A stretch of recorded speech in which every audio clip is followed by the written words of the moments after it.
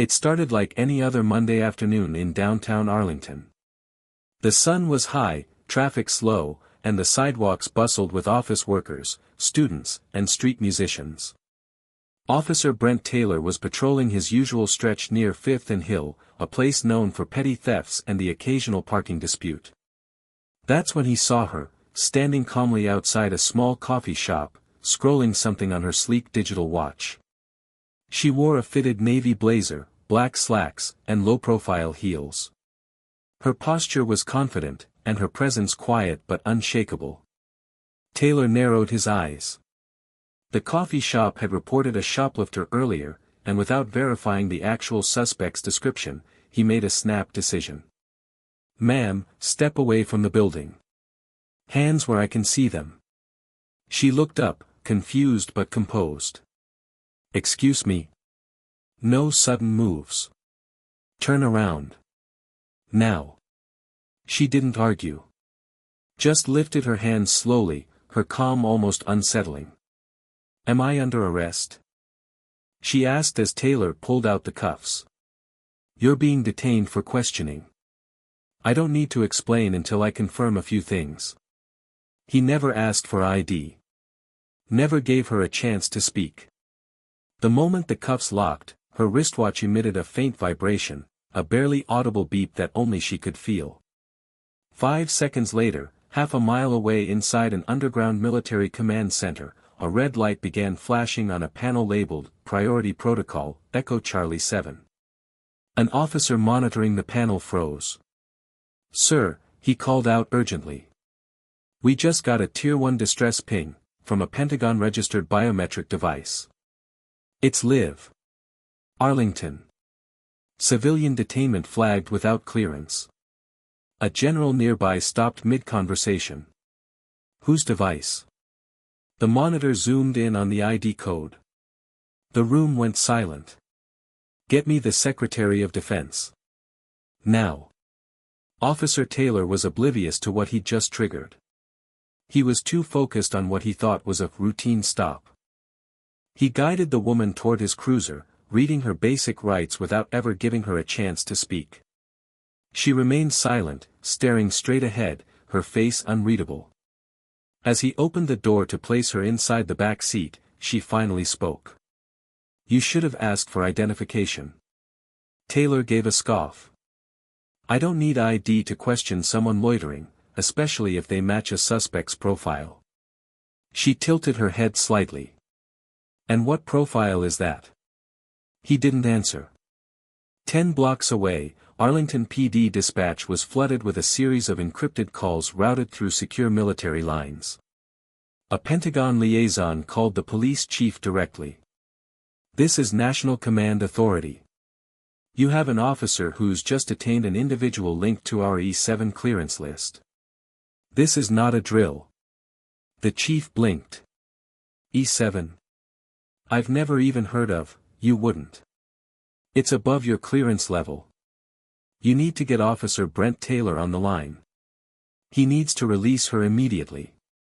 And do not, I repeat, do not touch her watch." Back on the street, Taylor had just started running her name, finally, after securing her in the car. He glanced at her driver's license, which he belatedly removed from her bag. Dr. Elise Monroe. The name didn't mean anything to him, but the moment he entered it into the system, his terminal locked. "Access denied, level 9 classified, what the hell?" Then his radio crackled violently, unusual interference, followed by a voice he didn't recognize. "Officer Taylor, stand down. This is General Norwood of the United States Strategic Command. You've just detained a federal asset. Remain where you are. A rapid response unit is inbound." Taylor stared at the radio, stunned. Dr. Monroe calmly looked at him through the glass. "Now," she said softly, "do you see what happens when you skip protocols?" Next Part 3. Part 3 ChatGPT, Part 3, the arrival. Officer Taylor's pulse thundered in his ears. He stared down at the locked patrol car terminal, the glowing, level 9 classified, warning still frozen on the screen. That was above FBI. Above Homeland.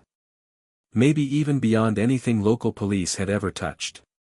He took a slow step back from the vehicle, unsure whether to uncuff her or wait. Every instinct told him he'd crossed a line he didn't understand.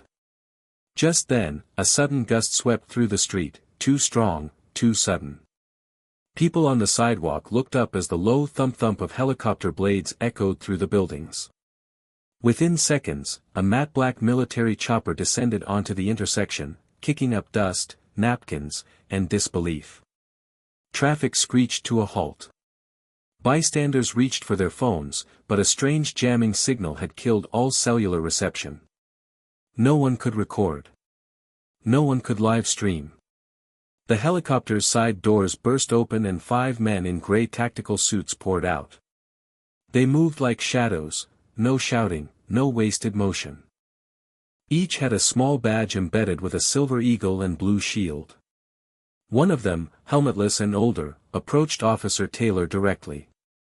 "Are you the arresting officer?" I thought she matched a description," Taylor stammered, blinking through the downwash. "Did you verify identity?" She refused at first. "No, she didn't," the man said flatly. "You didn't ask. Your body cam confirms it." The man turned to the car. "Unlock the door. Now." Taylor fumbled with the key fob, then opened the rear door. Dr. Elise Monroe stepped out calmly. The tactical officer gave her a respectful nod. "Dr. Monroe, your signal was received. Is your device still secure?" She lifted her wrist. "Still transmitting. No tampering." "Good. We'll debrief at safe site 4. Before stepping toward the helicopter, she glanced back at Taylor, just once. "You judged before you verified. That decision has now cost you more than you know." And with that, she climbed into the bird, the rotors rising to a roar. As the chopper lifted off, one of the tactical agents handed Taylor a folded envelope marked, "Confidential Disciplinary Advisory." On the back, in red, "Mistake logged. Watch list updated." Next Part 4.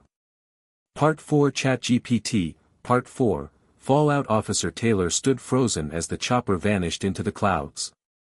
Around him, traffic resumed slowly, unaware of the classified storm that had just swept through their intersection. A few people glanced curiously at him, sensing something unusual, but with no footage and no explanation, the moment faded into background noise. He stared down at the envelope in his hand. Confidential Disciplinary Advisory. He tore it open. Inside was a single sheet of paper, crisp, cream-colored, watermarked with an insignia he didn't recognize. At the top, Department of Strategic Operations, Tier 7 Oversight Command. It wasn't even federal law enforcement. This was something beyond.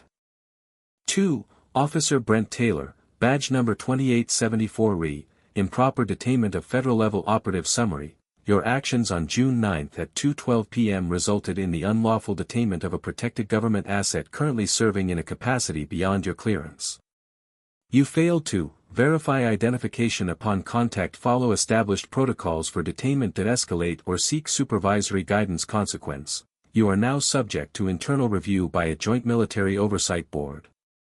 Your name and conduct have been logged within secure channels and flagged under Watchlist Index 3A. You are to surrender all patrol duties effective immediately. Await contact. Do not discuss this incident. End of communication. Taylor read it twice, his hands trembling. He glanced around, feeling suddenly exposed, like every shadow now knew his name. Back at Arlington PD headquarters, Chief Walters had already been briefed. He sat stone-faced at his desk, the phone still warm in his hand after a terse 5-minute call from someone at the Pentagon who never gave their name but made their authority unmistakably clear. Do not discipline her, the voice had said. Do not apologize to her. Do not speak her name again. In a nearby office, the station's IT specialist pulled up the footage from Taylor's body cam. But before the video could fully load, the screen flickered, then went dark. A new message appeared, classified content, access revoked, and then, it auto-deleted. Next Part 5. Part 5 ChatGPT, Part 5. The quiet room. Dr. Elise Monroe sat calmly in a sleek, windowless conference room somewhere beneath Virginia soil. The walls were matte gray, no decor, no time indicators, just a polished metal table, a secure comms panel, and 3 empty chairs across from her. She had already removed her blazer, set her watch to encrypted idle, and waited with the stillness of someone who had done this many times before.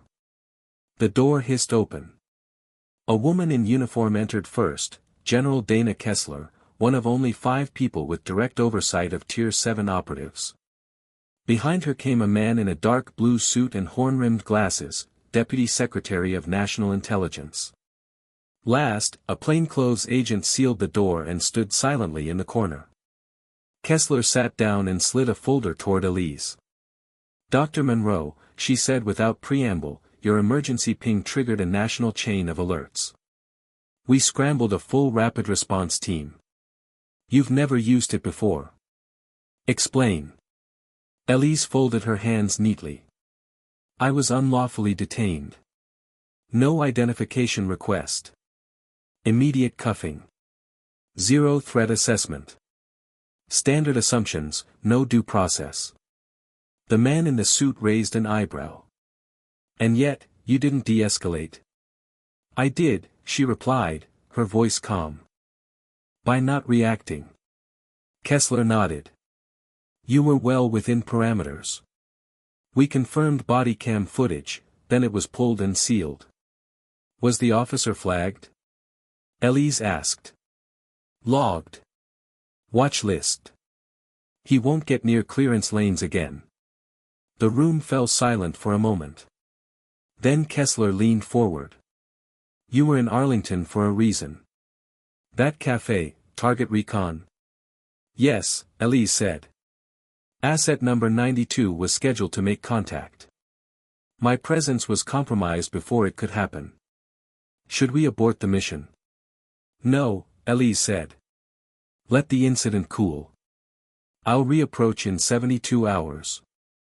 And next time, I'll dress less, professional. Apparently that sets off alarms."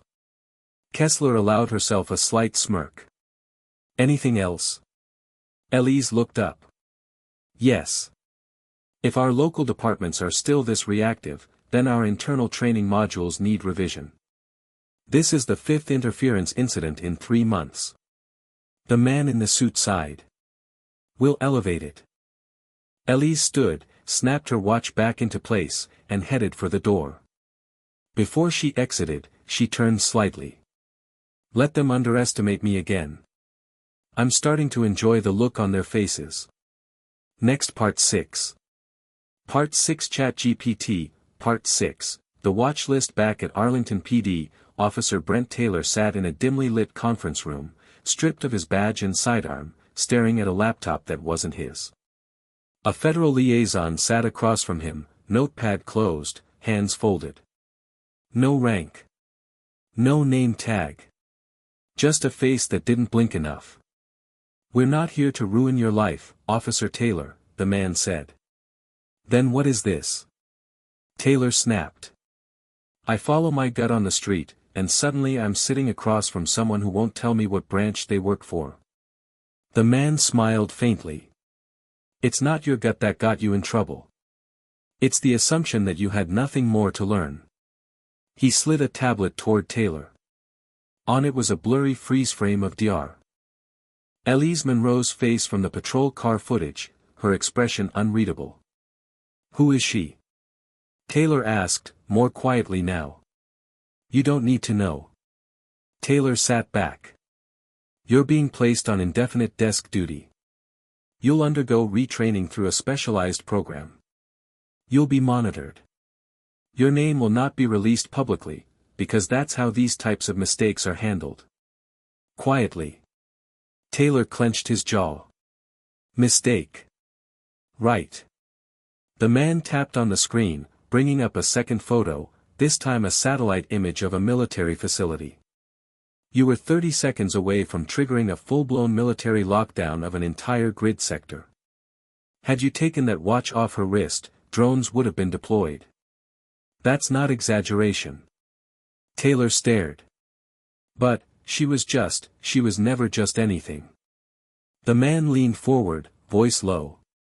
She operates under the Echo Charlie 7 protocol. That's eyes only for the highest tier of domestic and international counter-threat agents. You don't know who she's met with. You don't know where she's been. And you never will. He paused.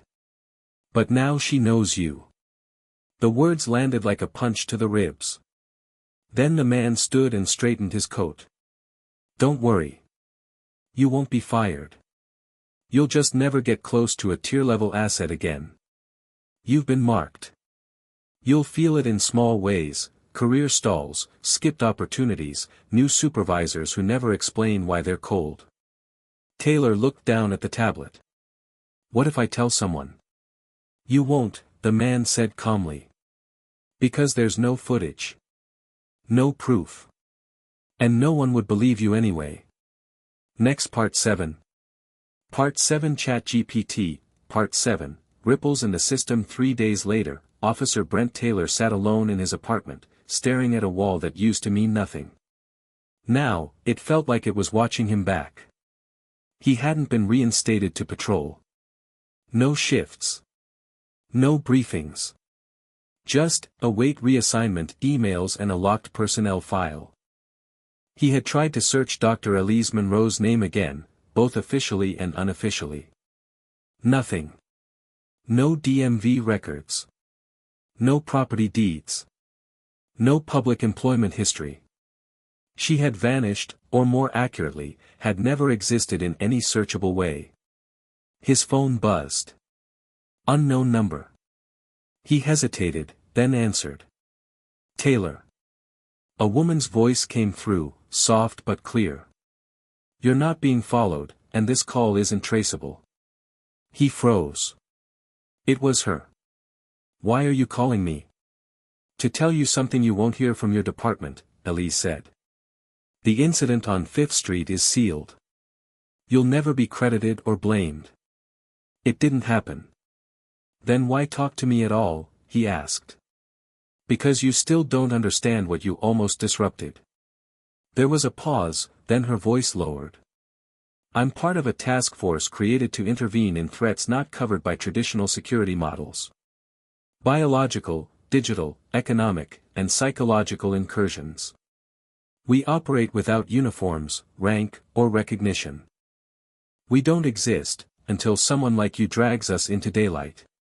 Taylor swallowed. So you're some kind of spy? She ignored the question. You were the 5th officer this year to detain a covert asset without cause. Not maliciously, just blindly. Your instincts aren't wrong, Taylor. But your process is. You're trained to assess danger based on posture, tone, or neighborhood. That won't work anymore. Taylor's voice dropped. So what happens to me? You're not dangerous, she said. You're just typical. But the next time you stop the wrong person, it might not end with a conversation. She ended the call. Taylor sat there, phone still to his ear, long after the line went dead. Meanwhile, in a high-rise 20 miles from the Pentagon, Dr. Monroe met with a man in a tan suit and dark glasses. He slid a document across the table. Your target from the cafe made contact. Dead drop confirmed. Operation Green Vantage is back on schedule. She nodded, scanning the paper, then signed it. You think that officer will talk? The man asked. She shook her head. He'll think about it every day. But he won't talk. Good. Because next time someone touches your watch, they may not live to hear the explanation. She stood, adjusted her jacket, and walked out, disappearing into the crowd as easily as she had appeared. Next Part 8. Part 8 ChatGPT, Part 8, Ghost Protocols. 2 weeks later, in a classified intelligence vault beneath Langley, a small circle of senior analysts gathered around a secure briefing screen. The room was quiet except for the hum of electronics and the tapping of encrypted keyboards. On the screen, subject file, Monroe, Elise, Echo Charlie 7, a gray-haired analyst cleared his throat. We've confirmed she re-established contact with the foreign informant. Green Vantage is fully reactivated. No further civilian interference, aside from the Arlington incident. Another man, wearing a security clearance badge that simply read S, black tier, leaned forward. And the officer? Surveilled. No leaks. No press. No social media anomalies. He's talking to no one. We've quietly reshuffled his department's leadership to ensure compliance. A third voice, female, chimed in from the corner. He's already been flagged in the internal watch list algorithm. If he crosses any unusual digital thresholds, downloads, inquiries, cross-agency contacts, we'll know within 30 seconds. Good, the man in the black tier badge said. We don't punish people like him. We isolate them. He tapped a button. The screen shifted to a side-by-side image, one of Monroe walking calmly through DC's Metro Center in a business suit, the other of her in tactical gear during an operation overseas, blurry, infrared, and very much real. Dr. Monroe is critical to our off-grid operations. Every second she's delayed could compromise assets across 6 countries. He glanced at the others. If anyone else makes the mistake of grabbing her without protocol, we don't scramble choppers next time. Across the city, Taylor sat at a desk in the city permit office, where he'd been reassigned under administrative transfer. He now issued traffic permit waivers and processed parking appeals. A job designed not to fail, but also never to rise. He looked up as a young man approached the counter. I was told I need a noise permit for this event thing downtown. Taylor reached for the form automatically. Event type. Private. Kind of a block gathering. Music. Nothing political. Taylor filled in the blanks. But his eyes caught the applicant's watch, sleek, high-tech, with an unfamiliar insignia on the band. A strange chill ran through him. He finished the form in silence. Thanks, officer, clerk. Taylor forced a nod. As the man walked away, Taylor looked at the security camera in the ceiling corner, blinking steadily. He couldn't prove it. But somehow, he knew. They were still watching. Next Part 9. Part 9 ChatGPT, Part 9, Unseen Threads. Night fell over Arlington, and Brent Taylor drove home in silence. No music. No radio. Just the hum of tires and the soft clicking of the turn signal at every corner. His new job was uneventful, but it hadn't brought peace. If anything, it made things worse. Every stranger's glance lingered too long. Every package on his doorstep arrived without a return label. His internet ran slower than usual. Calls occasionally dropped in odd patterns, especially when he mentioned anything about the incident. Once, during a routine visit to the DMV server room to reset a printer code, he found a disconnected fiber cable marked, Milnet, do not reconnect. When he asked about it, the IT guy just shrugged. Wasn't supposed to be there anyway. At home, Taylor sat on the couch and turned on the TV. The local news droned in the background until a story caught his attention: Pentagon to expand civilian integration units amid unspecified security reforms. The segment showed vague B-roll footage of urban field drills and unidentified personnel walking alongside local law enforcement. Taylor sat up. Then the anchor said something that made his blood run cold. Part of the program falls under a protocol referred to as Echo Charlie 7, classified until recently. He reached for the remote, but the broadcast cut to black mid-sentence. Static. His screen went dead. Then his phone lit up. Blocked caller, incoming video request. He froze. Then accepted. Dr. Elise Monroe appeared on screen, seated calmly in a room with shadows just soft enough to conceal everything behind her. She wore a simple black blouse and a blank expression. Brent, she said softly. This is not a warning. I didn't say anything. I know. That's why I'm calling. He swallowed. Then, what is this? She leaned in slightly. Consider this your final courtesy. You were pulled out of the game and placed where you couldn't interfere. But Echo Charlie 7 doesn't forget who's come too close. I didn't ask for any of this. You didn't need to, she said. You were chosen. Not for clearance, for distance. He blinked. What does that mean? It means, you're going to live your life under a ceiling you'll never see, in a system you'll never understand.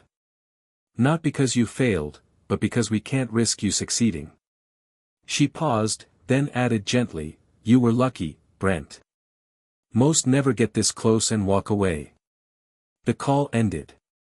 And for a long time, the phone screen stayed black, just long enough for Taylor to wonder if it was ever really on.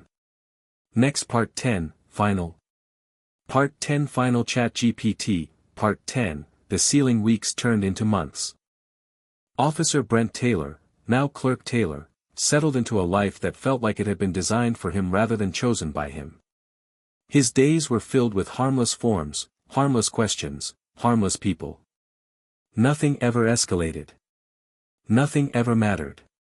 He began noticing the same strangers walking past his apartment at the same time every morning. A gray sedan parked across the street never got a ticket, no matter how long it stayed.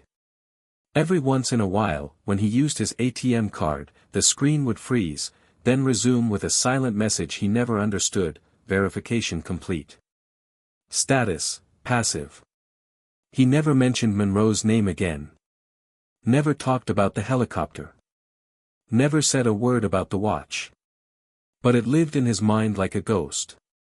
He dreamed about it sometimes, holding it in his hand, feeling its pulse, sensing the weight of something far beyond his comprehension. Somewhere in an undisclosed location, beneath a non-existent agency, Dr. Elise Monroe stood in a vault-like command room, watching an array of screens. On one screen, Taylor. At his desk. Filing permits. On another, foreign diplomats moving through customs, unaware they'd been scanned by 3 agents in plain clothes. On a third, live data from a signal ping in Cairo, another target, another mission. An aide approached. Ma'am, should we remove Taylor from surveillance? She considered it. No, she said. He reminds us what happens when protocols fail. And if he ever talks? She smiled faintly. He won't. The aide nodded and left. Alone now, Monroe looked at the screen again. Not because we silenced him, she whispered. But because we let him live.